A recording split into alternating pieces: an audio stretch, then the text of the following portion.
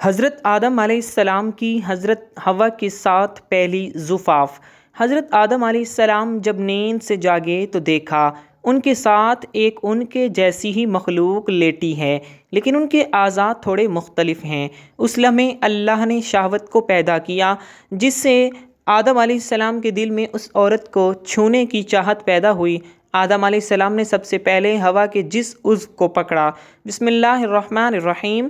نسل انسانی کے وجود میں آنے سے 2000 سال قبل رب العزت نے کائنات کو تخلیق فرمایا، زمین پر جنات کو حکمرانی دی جو آگ سے پیدا کیے گئے تھے، اور آسمانوں پر نور سے پیدا کیے گئے فرشتے و ملائکہ تھے۔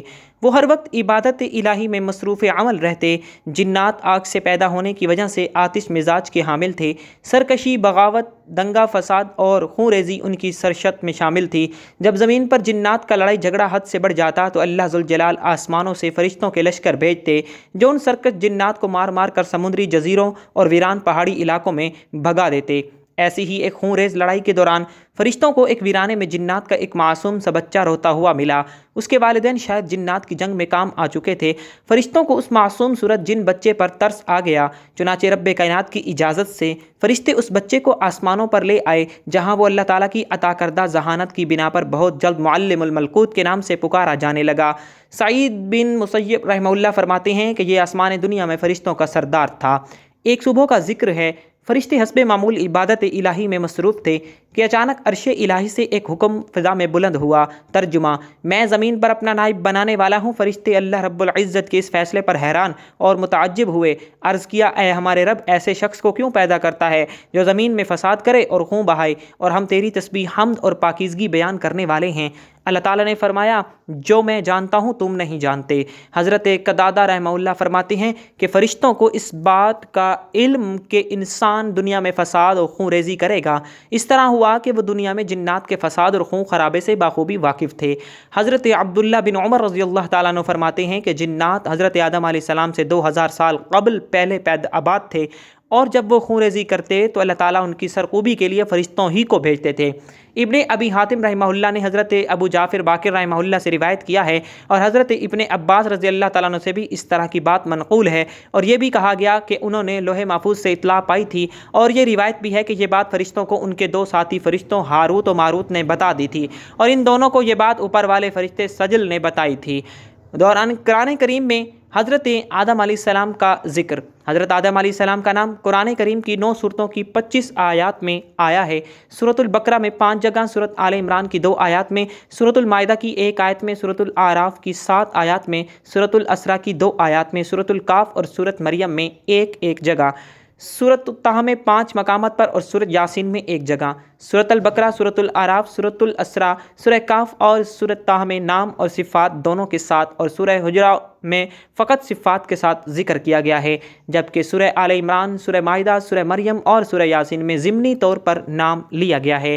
تمام نعمتیں اور آسائشیں ہونے کے باوجود حضرت آدم علیہ السلام نے جب جنت میں تنہائی اور اجنبیت محسوس کی تو اللہ پاک نے حضرت اماں حوا کو پیدا فرمایا۔ محمد بن اسحاق حضرت ابن عباس سے روایت کرتے ہیں کہ حضرت آدم علیہ السلام سو رہے تھے کہ اللہ پاک نے ان کی چھوٹی پسلی سے حضرت حوا علیہ السلام کو پیدا فرمایا۔ جب حضرت آدم علیہ السلام نیند سے جاگے تو دیکھا کہ ان کے پاس ایک ایسی مخلوق لیٹی ہے جو ان سے کچھ زیادہ مختلف نہیں ہے۔ تفسیر ساوی شرح اور رضاکی پر لکھا ہے کہ جب حضرت آدم علیہ السلام نے اپنی ہی جیسی خوبصورت مخلوق کو اپنے پاس لیٹے دیکھا تو ان کی طرف دست مبارک بڑھانے کا ارادہ فرمایا، تو فرشتوں نے عرض کی کہ ٹھہر جائیں، پہلے ان کا مہر ادا کریں۔ آپ علیہ السلام نے فرمایا کہ ان کا کیا مہر ہے؟ فرشتوں نے عرض کیا کہ ان کا مہر یہ ہے کہ آپ ہمارے سردار محمد مصطفیٰ صلی اللہ علیہ وسلم پر 10 مرتبہ درود پاک پر۔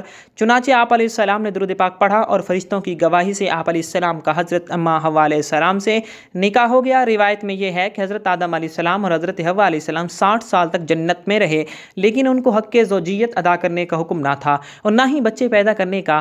حضرت آدم علیہ السلام اور حضرت حوا علیہ السلام بڑے آرام و سکون سے جنت میں رہنے لگے۔ اس عرصے میں دونوں دونوں پر جنت کے کسی بھی حصے میں جانے پر پابندی نہ تھی سوائے شجر ممنوعہ کے۔ شیطان اب ان دونوں کا کھلا دشمن تھا اور اپنی سزا کا بدلہ لینے کے لیے بے قرار بھی۔ اس کی شدید خواہش تھی کہ یہ اللہ کے حکم کی خلاف ورزی کریں۔ پھر شیطان نے ان دونوں کے دلوں میں وسوسہ ڈالا تاکہ ان کی شرمگاہیں جو ایک دوسرے سے پوشیدہ ہیں بے پردہ ہو جائیں۔ حضرت آدم علیہ السلام اور حضرت حوا کے لباسوں کے متعلق یہاں پر دو طرح کی روایات ہیں۔ ایک روایت تو یہ ملتی ہے کہ جنت میں ان دونوں کا لباس بھی جنتی تھا، جس میں ان دونوں کے سروں پر تاج بھی تھا، جبکہ دوسری روایت کے مطابق ان کے جسم جنتی درختوں کے پتے تھے جن سے ان کے سطر ایک دوسرے سے پوشیدہ تھے۔ اب شیطان روز ان کے دلوں میں وسوسہ ڈالتا اور ایک دن کہنے لگا، تمہارے رب نے تم دونوں کو اس درخت سے اس لیے منع فرمایا ہے کہ کہیں یہ پھل کھا کر تم دونوں فرشتے نہ ہو جاؤ یا کہیں ہمیشہ زندہ رہنے والوں میں سے نہ ہو جاؤ۔ شیطان کی شیطانی اور بہکاوے باتیں سن کر حضرت حوا سوچنے پر مجبور ہو گئی۔ آخر کار شیطان کی مسلسل کوششیں اور سازشیں رنگ لے آئی۔ اس نے حضرت حوا علیہ السلام کو پھل کھانے پر راضی کر لیا۔ ایک دن حضرت حوا نے حضرت آدم علیہ السلام سے کہا کہ ہم اس شجر ممنوعہ کا ذرا سا حصہ کھا کر تو دیکھیں آخر وہ کیا راز ہے جو اللہ نے اسے کھانے سے منع فرمایا ہے۔ شروع میں تو حضرت آدم علیہ السلام اس کے لیے قطعی طور پر تیار نہ تھے، لیکن پھر حضرت حوا علیہ السلام کے مسلسل اصرار پر بادل ناخواستہ وہ بھی راضی ہو گئے۔ خیر حضرت آدم علیہ السلام و حوا پھل کھانے پر بھی تیار ہوئے اور ابھی پوری طرح پھل چکھا بھی نہ تھا کہ ان کی شرمگاہیں ایک دوسرے پر عیاں ہو گئی، جس پر دونوں نے پریشانی کے عالم میں جنت کے درختوں کے پتے توڑ توڑ کر اپنا بدن چھپایا۔ اللہ نے دونوں کو پکارا اور فرمایا کہ کیا میں نے تم کو منع نہیں کیا تھا کہ اس درخت کا پھل نہ کھانا اور شیطان کے ورگلانے میں نہ آنا؟ یہ تمہارا کھلا دشمن ہے۔ دونوں نے جب اللہ کی پکار سنی تو تمہارے خوف الہی کے کانپ اٹھے۔ اللہ پاک فرمانے لگے، اب تم دونوں ایک خاص مدت تک زمین پر ہی رہو گے جہاں تم ایک دوسرے کے دشمن ہوگے اور وہاں ہی مرنا ہے اور اسی میں سے پھر پیدا ہونا ہے۔ پھر دونوں کو زمین کی طرف روانہ کر دیا۔ روایت میں ہے کہ حضرت آدم علیہ السلام ہند میں جبکہ حضرت حوا علیہ السلام کو جدہ میں اتارا گیا۔ دونوں ایک دوسرے کو ڈھونڈنے لگے لیکن ایک دوسرے کو ڈھونڈ نہ پائے۔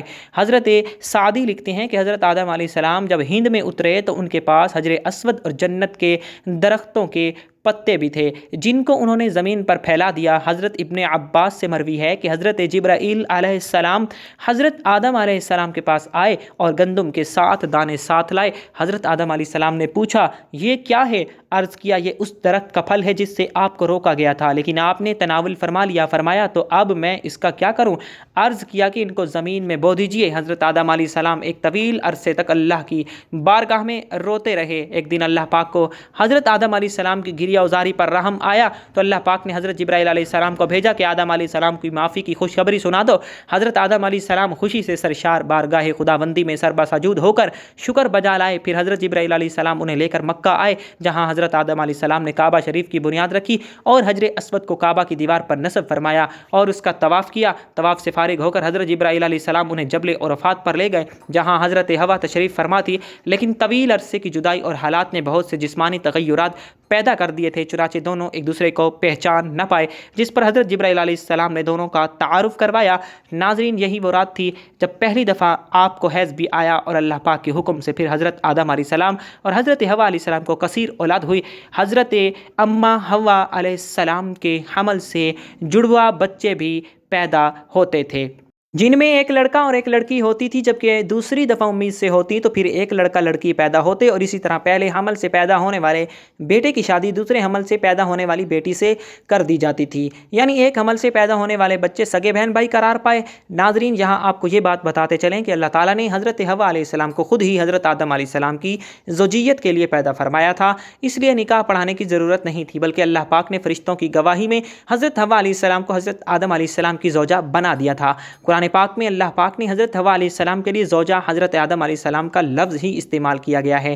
ناظرین، فرشتے حضرت آدم علیہ السلام کی پیدائش سے آزمائے گئے، جبکہ انسان کو بھی اللہ پاک آزمائش میں مبتلا کرتا ہے کہ کون فرما برداری کرتا ہے اور کون نافرمانی کرتا ہے، اور جو دنیا اور آخرت کے بارے میں غور و فکر کرتا ہے وہ ایک کی دوسرے پر فضیلت جان لے جاتا ہے اور پہچان لیتا ہے کہ دنیا آزمائش کا گھر اور فنا ہونے والی ہے، جبکہ آخرت بدلنے کا ہمیشہ باقی رہنے والا گھر ہے۔ لہذا ناظرین، ہمیں چاہیے کہ ہم ان لوگوں میں سے ہو جائیں جو دنیا کی ضرورت کو آخرت کی ضرورت پر وار دیتے ہیں اور بے شک نیکی کی توفیق اللہ پاک ہی کی طرف سے ملتی ہے۔ اللہ پاک مجھے اور اس ویڈیو کو دیکھنے والے تمام افراد کو گناہوں سے دور رہنے اور نیک اعمال کرنے کی توفیق عطا فرمائے، آمین ثم آمین۔ ناظرین، کمنٹ باکس میں اللہ تعالیٰ کے 99 ناموں میں سے کوئی ایک نام ضرور ٹائپ کیجیے گا۔ والسلام۔